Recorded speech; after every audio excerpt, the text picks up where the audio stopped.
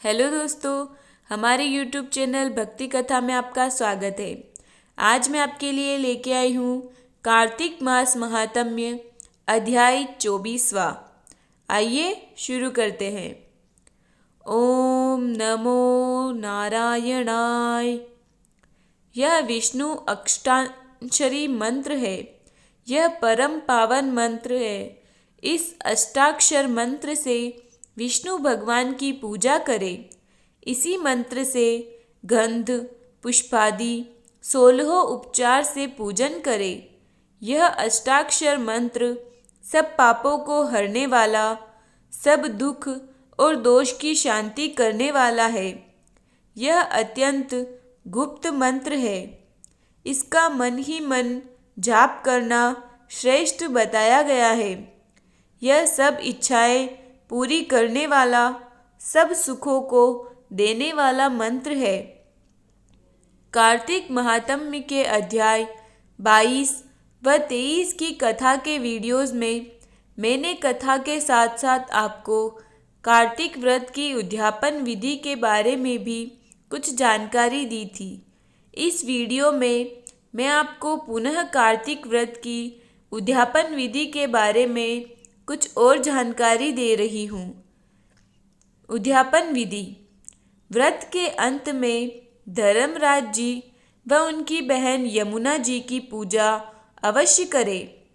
इनकी पूजा में बांस की छवरियाँ में वस्त्र बिछाकर चावल, मिष्ठान और एक छड़ी तथा धर्मराज जी के वस्त्र, दक्षिणा में रुपया आदि रखकर योग्य ब्राह्मण को दे, अथवा जहाँ धर्मराज जी का मंदिर हो वहाँ चढ़ा दे।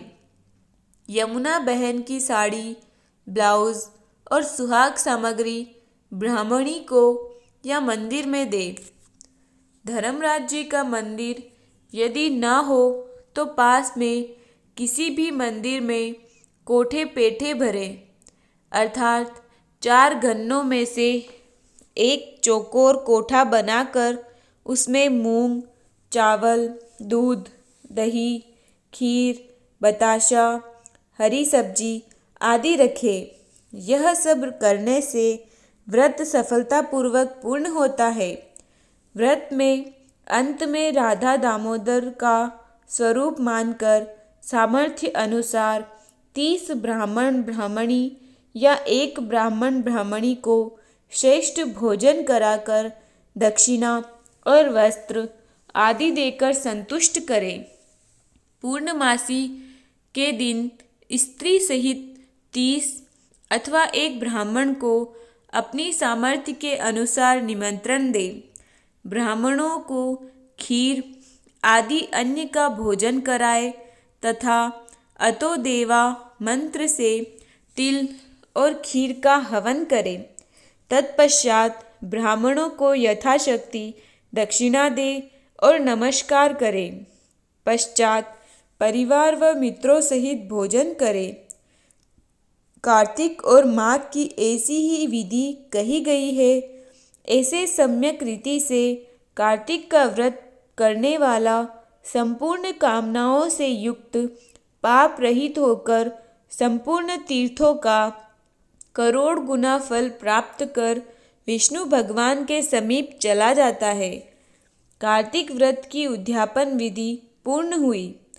कार्तिक महात्म्य के इसके बाद के अध्यायों की कथा के वीडियोस में कथा के साथ साथ मैं कार्तिक व्रत में कार्तिक महात्म्य के अलावा सुनी जाने वाली अन्य कहानियों के विषय में बताऊंगी।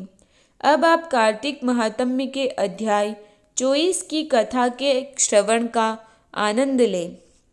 कार्तिक मास महात्म्य 24वां अध्याय। कृष्णा और वेणी आदि नदियों की कथा।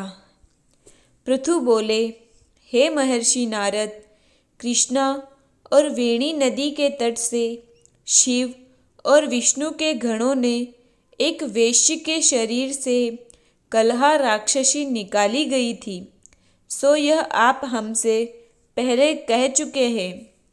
ये उन नदियों का प्रभाव है अथवा उसका उस क्षेत्र का हे धर्मज्ञ, इसमें हमको बड़ा संदेह है, सो आप कहो।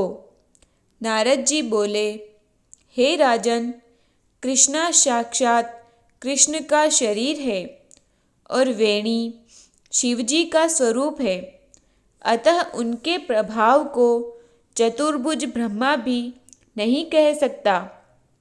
फिर भी उनकी उत्पत्ति के विषय में बताता हूँ, उसको सुनो। पहले चाक्षुष मनवंतर में ब्रह्मा जी ने रमणीक सह्याद्री पर्वत के शिखर पर यज्ञ करना चाहा। यज्ञ की सामग्री इकट्ठी करके वे देवगणों के साथ विष्णु और महादेव को संग लेकर उसके शिखर पर गए। ब्रह्मदेवत मुहूर्त में भृगु आदि मुनियों ने उसकी दीक्षा विधान के लिए एक बड़ी सभा की और उनकी सबसे बड़ी स्वरा नाम की पत्नी को बुलाया।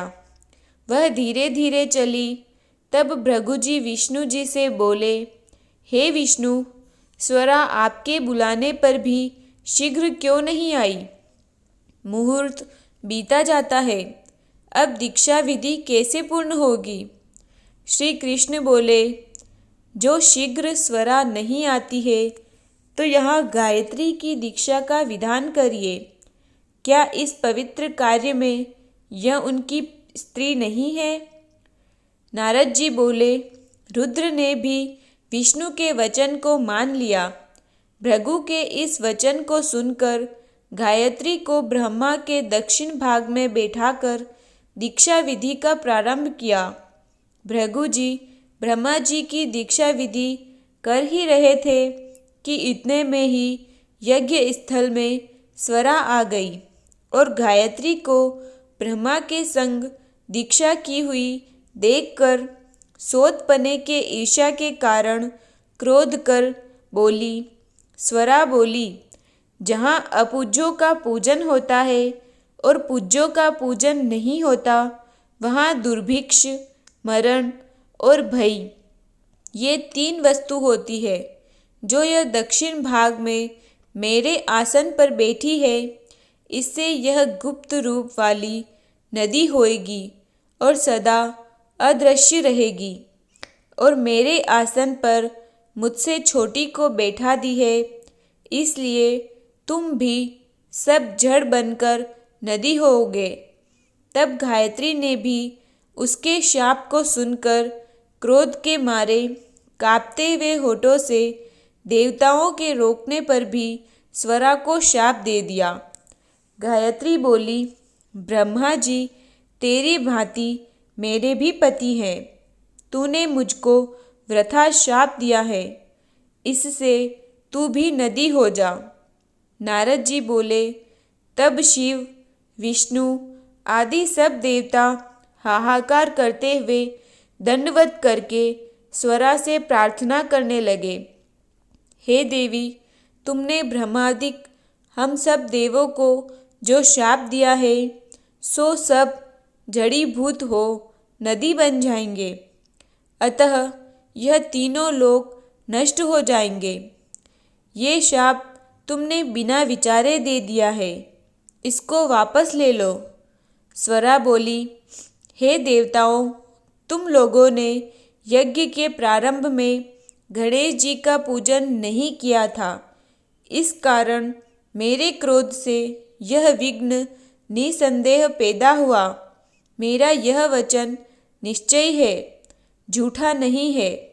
इससे अपने अपने अंशों से जड़ीभूत होकर तुम सब नदी होवोगे और हम दोनों सोत भी अपने अपने अंशों से नदियाँ होकर पश्चिम की तरफ बहेंगी। नारद जी बोले, इस तरह स्वरा के वचन सुनकर ब्रह्मा, विष्णु और शिव ये सब जड़ीभूत होकर अपने अपने अंश से नदी हो गए। वहीं पर विष्णु कृष्णा नदी बने, शिवजी वेणी और ब्रह्मा ककुब्दनी नदी हुए। यह सब अलग अलग बहने लगे। देवता भी अपने अपने अंशों को जड़ करके सहस्रांचल की शिखरों से नदी होकर अलग अलग बहने लगे। पूर्व की ओर बहने वाली नदी देवताओं के अंश से उत्पन्न हुई और पश्चिम की ओर बहने वाली नदियाँ उनके स्त्रियों के अंश से उत्पन्न होकर बहने लगी। पश्चिम की ओर बहने वाली नदियाँ गायत्री और स्वरा नदियाँ सावित्री के नाम से प्रसिद्ध हुई। ब्रह्मा जी ने वहाँ यज्ञ के लिए विष्णु और शिव इन दोनों की स्थापना की, अतः वे ही दोनों महाबल और औरत महाबल और अतिबल नामक प्रसिद्ध देवता हुए। कृष्णा और वेणी के उपाख्यान को जो भी मनुष्य सुनेगा और सुनावेगा उसको उनके दर्शन और स्नान का फल मिलेगा। अब आगे का वृतांत 25वें अध्याय में सुने। इति श्री कार्तिक मास महात्म्य चतुर्विंशतिः 24वां अध्याय संपूर्ण। जय श्री कृष्ण।